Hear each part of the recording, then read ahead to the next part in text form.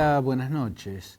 Normalmente las cumbres, las grandes cumbres entre potencias en los foros internacionales, suelen ser para las fotos, para las declaraciones suntuosas o llamativas, para ganar espacio en la prensa internacional, pero hay veces que las cumbres resultan cruciales y asomarse a ellas es asomarse a vueltas de página o a trazos muy contundentes en la historia. Es la impresión que dejan las dos cumbres consecutivas que hubo en Europa esta semana, una en Baviera, en las montañas de Baviera, en Alemania, la cumbre del G7, las 7 potencias económicas más poderosas del mundo, y a renglones seguido, el Madrid, la cumbre de la OTAN.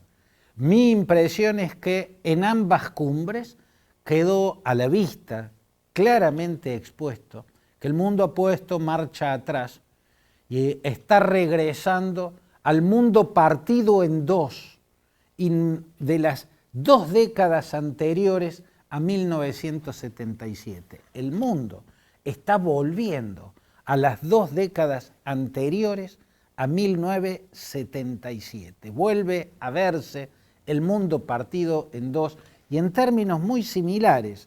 Fíjense que lo que estamos viendo, lo que se habló, lo que puede deducirse de lo tratado en la cumbre del G7 en Alemania y sobre todo de lo tratado en Madrid, en la cumbre de la Alianza Atlántica, es que de nuevo se está trazando un cordón sanitario. Ese término tomado de la medicina para explicar o para llamar a las barreras de contención de las enfermedades infecciosas, se llevó a la política o a la geopolítica más específicamente para describir el cerco de contención a la Rusia bolchevique. Quien primero usó el término cordón sanitario fue Clemenceau.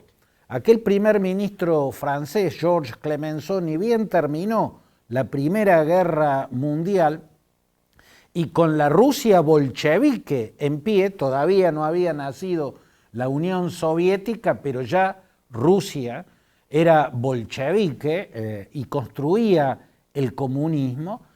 Clemenceau proclamó o habló de un cordón sanitario. Esa fue la imagen que tomó de la medicina para describir el cerco de alianzas que debía tenderse para contener la expansión del comunismo que iba a intentar irradiar la Rusia bolchevique.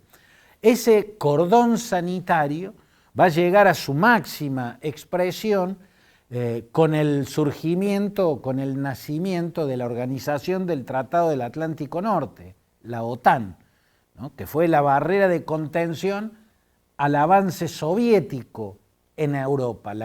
La respuesta del lado soviético al nacimiento de la OTAN fue la conformación del Pacto de Varsovia, ¿no?, la OTAN de los comunistas. Pero luego, cuando en 1949 la revolución comunista encabezada por Mao Zedong triunfa sobre el régimen del Kuomintang liderado por Chiang Kai-shek en China y crea la República Popular China, la China comunista, vamos a ver cómo a partir de mediados de los 50 el cordón sanitario, que con la OTAN nace para contener en Europa la expansión soviética, para contener el comunismo, se va a extender al hemisferio sur, al oriente del hemisferio sur, con la creación de la CEATO, la Organización del Tratado del Sudeste Asiático. En la CEATO participaron de las potencias occidentales Estados Unidos, Francia y el Reino Unido de Gran Bretaña, y de las potencias del hemisferio sur, Australia, Nueva Zelanda, Pakistán, Tailandia y Filipinas. Ese fue el cordón sanitario sobre la China comunista que acababa de crear Mao Zedong. Duró hasta 1977 porque ese año terminó de extinguirse la CEATO, ¿no? Se extinguió en virtud del acercamiento que habían iniciado en la mesa diplomática, Henry Kissinger por Estados Unidos y Zhou Enlai por la República Popular China, que desembocó en el abrazo de Nixon y Mao Zedong, ¿no? Ahí terminó, la CEATO termina de disolverse en 1977, pero si nos asomamos a esta cumbre vemos cómo el mundo retrocede, ¿no? Fíjense que después de la disolución de la CEATO, con la desaparición de la Unión Soviética, la OTAN quedó casi sin tener sentido, ¿no? Su existencia misma se ponía en duda. De hecho, continuó,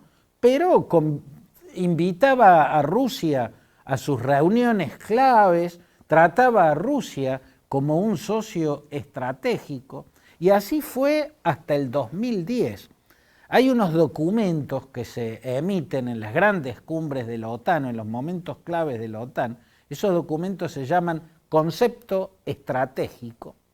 El anterior al que se emitió ahora es del 2010, o sea, hace 12 años. Y en ese concepto estratégico, la OTAN no menciona a China, no la menciona. No era un problema, no era una amenaza, no era nada China. No es que no era nada, ya era un país poderosísimo, pero no existía como duda, no generaba ninguna desconfianza, hasta el punto tal que en el documento concepto estratégico no se la menciona. Y al Estado ruso se lo menciona como socio estratégico de la OTAN. Socio estratégico de la OTAN. Esto hace 12 años. En este documento, concepto estratégico, bueno, Rusia es el gran enemigo de estas horas en Europa. El objetivo urgente es impedir que Vladimir Putin se alce con la victoria o tratar de limitar al máximo la victoria de Putin en la invadida Ucrania. Y el objetivo más grande es contener a China, contener la expansión territorial que China está llevando adelante en la región circundante, sobre todo en el mar que la separa de Japón, de Corea del Sur, de Filipinas, va ocupando islas e islotes, aguas territoriales de Vietnam, de Filipinas, de Japón, de Corea del Sur, pero también de contener, y fundamentalmente de contener, la expansión de la influencia, de la gravitación de China en otros continentes, en América Latina, en África, a través del desarrollo de infraestructura, en el marco del proyecto llamado Nueva Ruta de la Seda.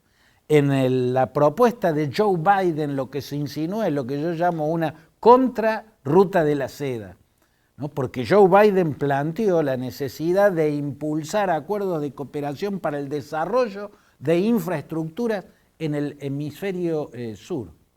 Esto es lo que apareció en estas dos cumbres. Se veía venir.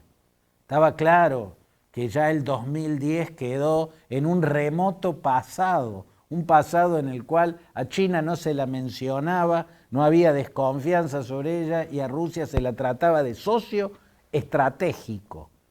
Ahora vuelve a partirse el mundo en dos, como en las 2 décadas previas a 1977.